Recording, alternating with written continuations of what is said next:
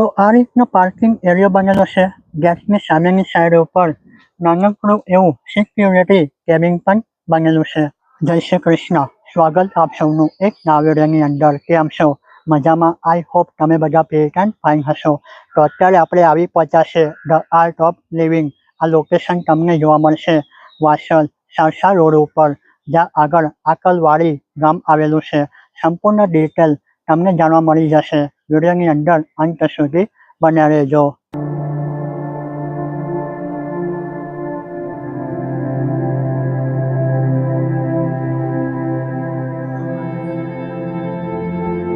તો અહીંયા તમે જોઈ શકો છો આ રીતના મની પ્લાન્ટ જમીન ઉપર પથરાયેલી છે. ખૂબ જ સુંદર લાગી રહી છે. અને અહીંયા તમે ઝાડના થડ ઉપર પણ ચડેલી આ મની પ્લાન્ટ જોઈ શકો છો. ઝાડને પણ પકડી લીધી છે.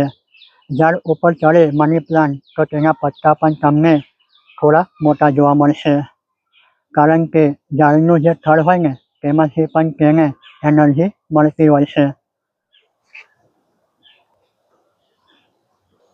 તો આ રીતનો મેપ પણ દર્શાવવામાં આવેલો છે. બુદ્ધા હોલ અને શક્તિ કુટીર પણ અહીંયા બનેલી છે.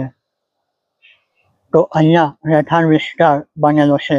મહાવીર હોલ અને ગુરુકુળ રૂમ.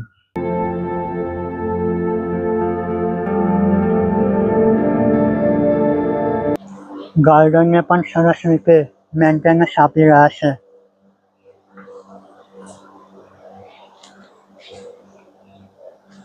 તો આ છે બુદ્ધા હોલ.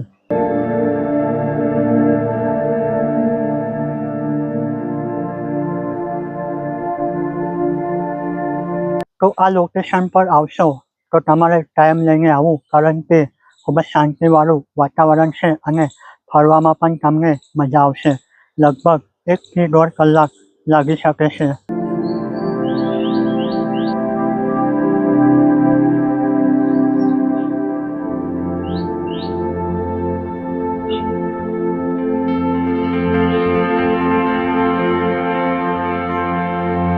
અહીંયાથી આપણે નીચેની સાઈડ ઉપર આવ્યા અને આગળની સાઈડ ઉપર આપણને અહીંયા ગોલ રાઉન્ડ પણ બનેલું જોવા મળશે, જેની અંદર પાણી પણ છે. પાણી પીવા માટેની વ્યવસ્થા તમને જગ્યા પર જોવા મળશે. તમે ફરશો તો તમને તરસ નહીં લાગે, કારણ કે પાણીની વ્યવસ્થા ખૂબ જ સારી અહીંયા કરવામાં આવેલી છે. અહીંયા તમે જોઈ શકો છો બોર્ડરની અંદર સુદર્શનના પ્લાન્ટ પણ લગાડેલા છે. તો આ સુદર્શનના પ્લાન્ટ છે. તો અહીંનું જે ગાર્ડન છે ને એને સરસ રીતે મેન્ટેનન્સ આપી રહ્યું છે. વ્યવસ્થા સારી છે. ગાર્ડનની દેખભાલ પણ ખૂબ જ સરસ રીતે થઈ રહી છે. અહીંયા તમે આ જે પ્લાન્ટ જોઈ શકો છો ને તે પ્લાન્ટનું નામ છે પેન્ડાનસ, જેના પત્તા તમને લાંબા અને પાતળા જોવા મળશે ડબલ કલરની અંદર. બોર્ડર તમને ગ્રીન અને અંદરની સાઈડ યલો જોવા મળશે. અને આ પ્લાન્ટનું નામ છે પર્પલ હાર્ડ. રીંગણનો કલર હોય ને તે રીતના તમને આ પ્લાન્ટની અંદર પત્તા જોવા મળશે. અને અહીંયાથી આપણે નીચેની સાઈડ ઉપર જઈશું એટલે આપણને મહીસાગર નદીના સુંદર દ્રશ્ય પણ જોવા મળી જશે.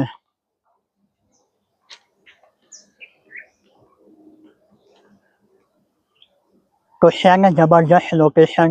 એક બાજુ કુદરતી સૌંદર્યથી ભરપૂર તમને વાતાવરણ મળશે અને બીજી બાજુ તમને સુંદર મહીસાગર નદીનું દ્રશ્ય પણ જોવા મળશે. તો આપણને આ રીતનું લોકેશન જોવા મળી જાય ને તો તેનું વર્ણન શબ્દોની અંદર કરી શકાતું નથી.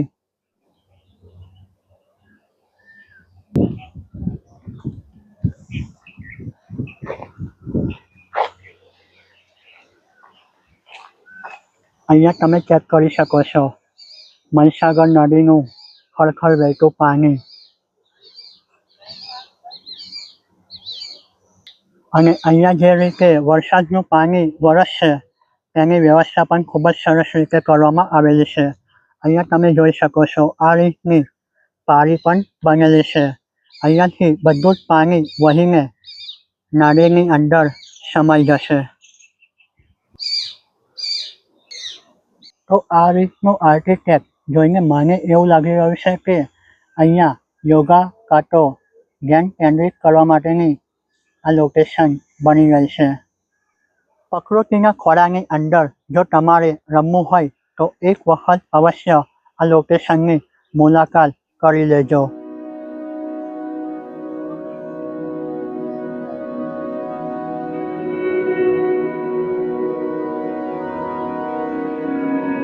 તો આ રીતના રહેઠાણ કરવા માટે તમને રૂમ પણ અવેલેબલ થઈ જશે.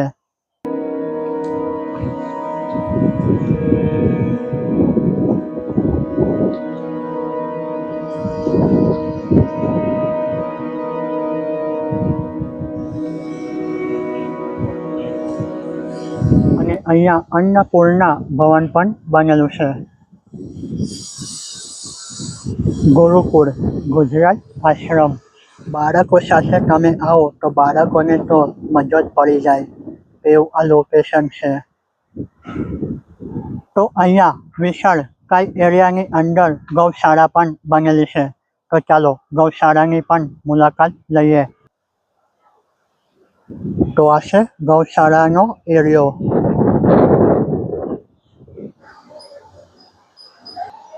ઉપરની સાઈડ ઉપર તમે જોઈ શકો છો મોટા પંખાની વ્યવસ્થા.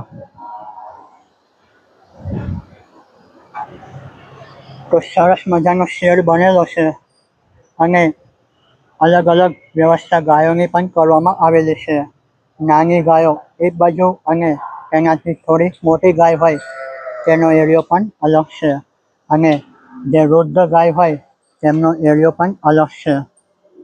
તો દોસ્તો આજની વિડીયોની અંદર અહીંયા સુધી આર્ટ ઓફ લિવિંગ ગુજરાત આશ્રમ જ્યાં બનેલું છે ત્યાં આગળ આવ્યા સંપૂર્ણ ડિટેલ મેં તમને દર્શાવી.